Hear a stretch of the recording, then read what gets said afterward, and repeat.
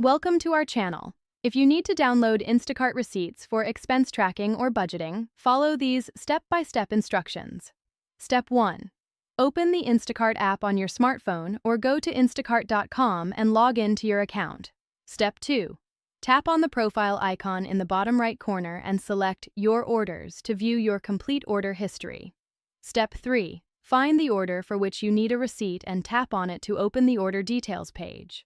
Step 4. Scroll down to find the Receipt section with a complete breakdown of items purchased, prices, fees, and total cost.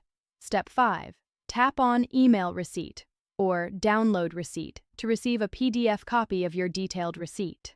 Step 6. Check your email inbox for the receipt email from Instacart and download the attached PDF file.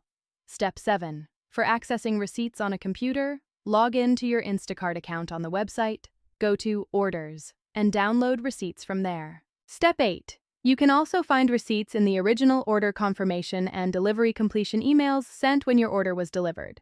Step 9. Save all downloaded receipts in an organized folder on your device or cloud storage for easy access and record keeping. Don't forget to like this video and subscribe to our channel.